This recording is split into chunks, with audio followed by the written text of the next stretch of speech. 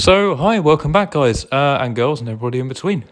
If you were here yesterday, then you may have seen the sketching video for this, the sort of like lining and everything. If you haven't seen that, it came out yesterday. You can go and check it out. I have made a playlist of everything I've done before, so that includes tutorials, time-lapse drawings. And speaking of tutorials, I'm thinking of actually bringing them back. Most likely, the next video will be on tutorials will be perspectives, and the next video after this may be that. I don't know, but it will be a lot of fun, to be honest. But yeah, today we're colouring our memorial design. It's a very specific watercolouring style. It's very simplistic and minimal, but it works for what we're dealing with. So let's jump right into it.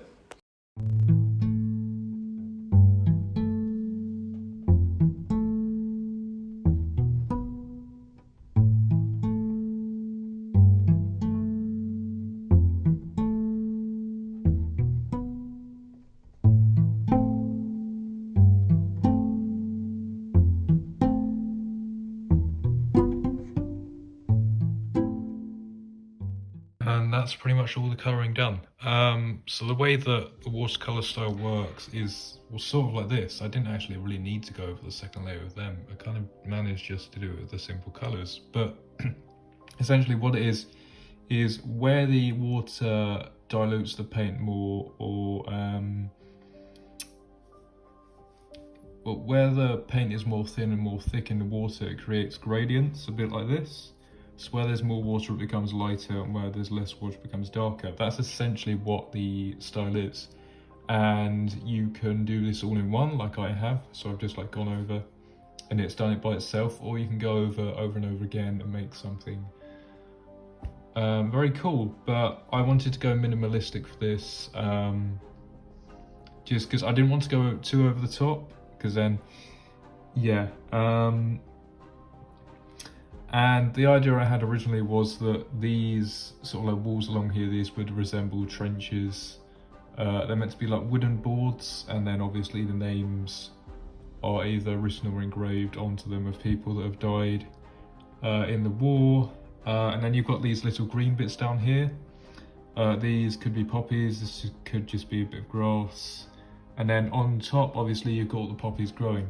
Now, I didn't really know how to approach this with the watercolour, and this was meant to be just sort of a really quick thing because I forgot to do it yesterday. But I think it's also turned out all right. The centre things, they are meant to look like that, by the way, because if that was under glass, obviously there would be some sort of reflective quality, so you wouldn't entirely be able to make out the... Oh no, you would, you just wouldn't... I'm trying to show that there's glass though, basically, covering up the poppy ring. And then obviously you've got the, give me, I'm not good with military, it's the RAF sign, I think. So, fun fact, my hometown actually used to be a airbase during the First World War. Not the First World War. Actually, it might have been the first and the second. There's one of the two, but basically there used to be a massive runway running down all it, and it's got loads of places, loads of pillboxes and everything. Maybe in the future I could do a little tour of all the pillboxes. You can actually go inside some of them, which is pretty cool.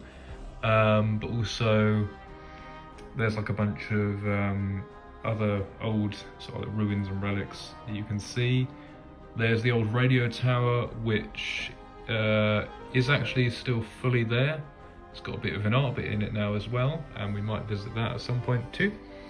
But yeah, I hope you have enjoyed. I certainly have, and obviously it's a day late, but still be respectful because Remembrance Day.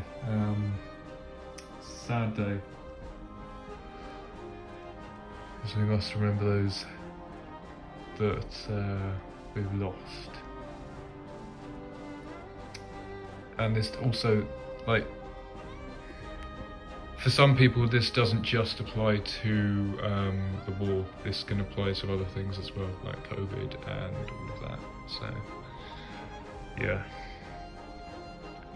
Anyway, I'll see you next time. Maybe it'll be a tutorial, maybe it'll be something else. I know I want to do something with God of War and Black Adam. I could have them fighting. Obviously his theme is architecture of November, so we'll have to see. Most likely it'll be perspectives though, because that will work really well with architecture and buildings and things. But yeah, I can't wait to see you next time, and thanks so much for watching, and goodbye.